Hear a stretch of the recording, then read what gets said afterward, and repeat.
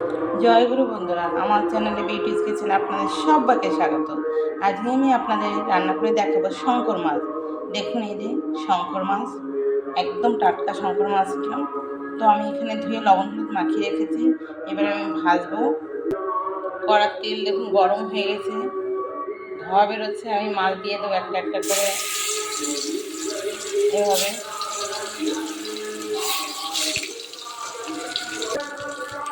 দেখুন বন্ধুরা, মাছ ভাজা হয়ে গেছে। আমি মাছ ভাজা এবার নামিয়ে নেব। এই যে দেখুন ভাজাটা কি সুন্দর, একদম এভাবে ভাজতে হবে। আমি এবার এই শঙ্কর মাছের ভিতরে একটা আলু কেটে দেবো। আলু, এই যে দেখুন আমি একটা আলু কেটেছি লম্বা লম্বা করে। এই আলুগুলো এবার তেলে ভাজবো। মাছ ভাজার তেলের ভিতরে আমি আলুটাকে ভেজে নেব।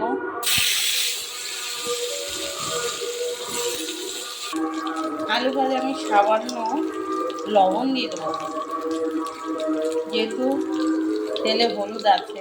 মাছ ভাজাতে হলুদ আর দেবো না, আমি দিয়ে দেবো সামান্য লবণ দিয়ে এবার একটু সুন্দর করে একটু ভেজে নেব।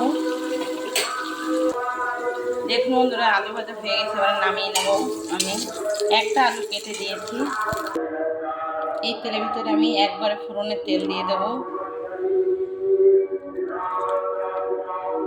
একবারে আমি ফোড়ন দেবো, তেলটা একটু গরম হবে। তেল গরম হয়েছে, আমি দিয়েছি তেজপাতা, জিরে, একটু লাল হবে। আমি দিয়ে দেবো এতে একটা পেঁয়াজ কুচি। আমি এই শঙ্কর মাছের মশলা দেবো জিরে বাটা, রসুন বাটা, আদা বাটা আর একটা পেঁয়াজ কুচি, লঙ্কার গুঁড়ো দেবো। জিরে লাল হয়েছে, দিয়ে দেবো পেঁয়াজ কুচিটা। একটা গোটা পেঁয়াজ কুচিয়ে রেখেছি। পেঁয়াজটাকে একটু লাল লাল করে ভেজে নেব। পেঁয়াজ লাল হয়ে গেছে দেখুন, আমি দিয়ে দেবো আদা বাটা, দিয়ে দেবো রসুন বাটা, দিয়ে একটু নেড়ে চেড়ে তারপরে আমি দিয়ে দেবো জিরে বাটাটা।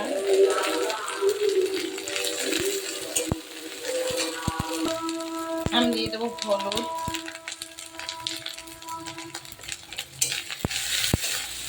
এবার নেড়ে চেড়ে দেবো একটু লঙ্কার গুঁড়ো দেবো,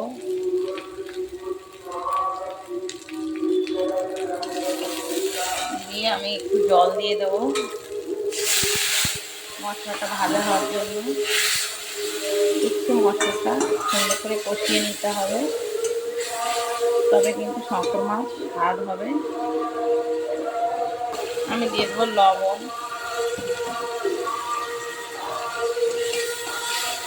দেখুন মশলা কিন্তু কষাটার ভিতরে তেল ছেড়ে দিয়েছে, জলটা টেনে গিয়ে। আমি এবার আলু দিয়ে দেবো।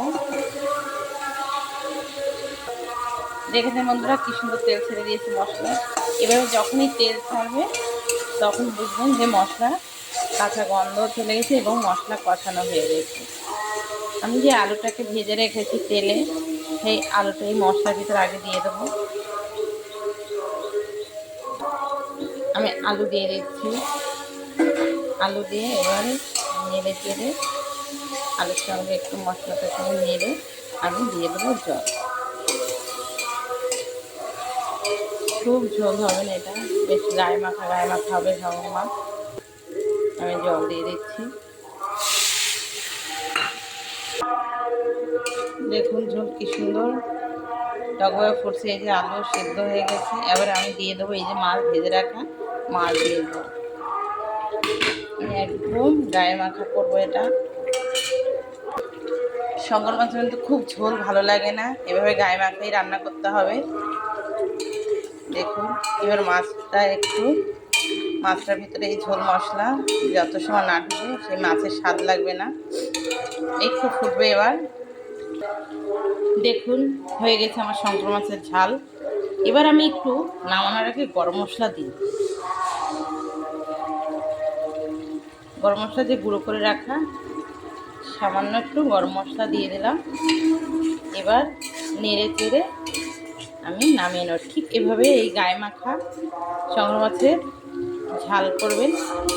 এভাবে কিন্তু শঙ্কর মাছের ঝাল একবার করে খেয়ে দেখবেন। কে কেমন খান তো জানি না, আমরা এভাবেই খাই। শঙ্কর মাছের ঝাল এভাবে খেতে ভীষণ ভালো লাগে।